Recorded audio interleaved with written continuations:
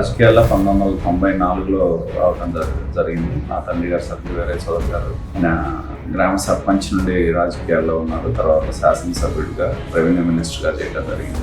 ఆయన సంగం డైరీ చైర్మన్గా ఉన్నప్పుడు తెలుగు రైతు సదస్సులో ఆయన మరణించడం జరిగింది. ఆయన మరణించిన తర్వాత ఆయన వారసుడిగా నేను రాజకీయాల్లో వచ్చి మొట్టమొదటిసారి ఆయన తర్వాత నేను డైరీ చైర్మన్ అవ్వటం ద్వారా రాజకీయాల్లో అడుగు పెట్టడం జరిగింది.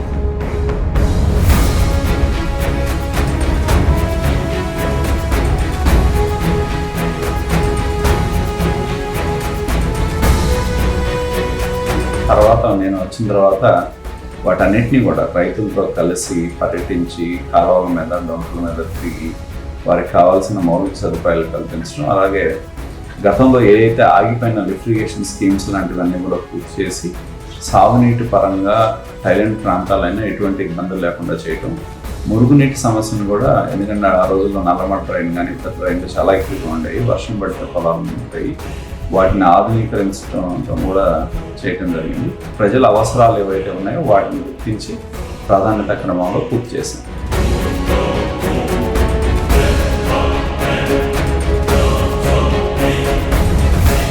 రెండు 2024లో తిరిగి ఎమ్మెల్యేగా గెలిచిన తర్వాత ప్రధానంగా ఆగిపోయిన పనులు ఈ నియోజకవర్గంలో చాలా ఉన్నాయి. లిఫ్టిగేషన్ స్కీమ్స్ కావచ్చు, అలాగే సాగునీటి కాలువ గుంటూరు ఛానల్ లాంటి ఆధునీకరణ కావచ్చు, అలాగే ఎప్పటి నుంచో అపరిష్కృతంగా ఉన్న ఆటో నగర్ లాంటి సమస్యలు కావచ్చు.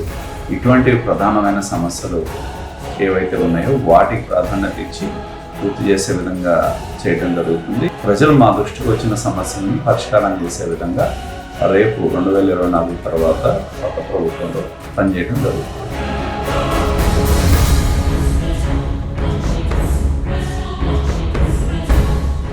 ఎందుకంటే టీడీపీని ఎంచుకునే దానిలో, ఎందుకంటే గతంలో మేము 25 సంవత్సరాల నుంచి, అంతకుముందు మా తండ్రి గారు రాజకీయాల్లో ఉన్నారు, తర్వాత నేను వచ్చాను.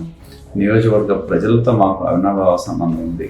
ఎందుకంటే ప్రభుత్వాలు ఉన్నా లేకపోయినా మేము ప్రజలతోనే ఉండి పోరాటం చేసి నియోజకవర్గంలో ప్రజల యొక్క సమస్యలు పరిష్కారం చేయడంలో మేము నిరంతరం కృషి చేయడం జరిగింది. నేను తెలుగుదేశం పార్టీ, జనసేన, బీజేపీ ఉమ్మడి అభ్యర్థిగా అసెంబ్లీ ఎన్నికల్లో పోటీ చేస్తా ఉన్నాను. నా శక్తి వంచన లేకుండా నియోజకవర్గ అభివృద్ధి కోసం, అలాగే నియోజకవర్గంలో ఉన్న సమస్యల పరిష్కారం కోసం పనిచేయడం జరుగుతుంది. కాబట్టి మీ పవిత్రమైన ఓటుని సైకిల్ గుర్తుపైన వేసి నన్ను గెలిపించవలసిందిగా మనస్ఫూర్తిగా ప్రార్థిస్తాను.